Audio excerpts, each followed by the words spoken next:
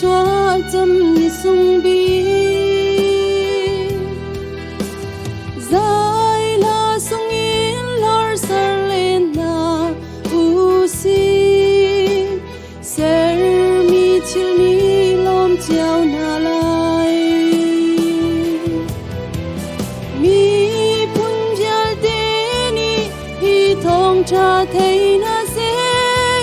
mi sol kham tu khi chua na thong cha sung tu mi pun jal te ni hi thong cha thei na se mi sol kham tu khi chua na thong cha sung tu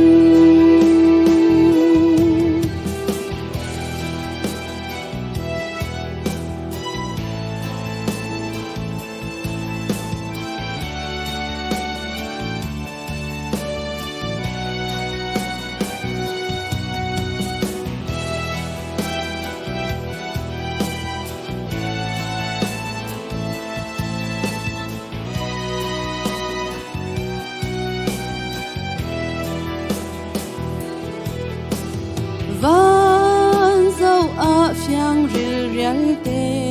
in a thla tang le phi di na an cheu phing rei cha lai chun ser mi va na ni an o thuming chua cham an lom mi thong cha thei na se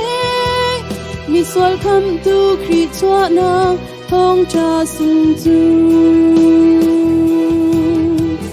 mi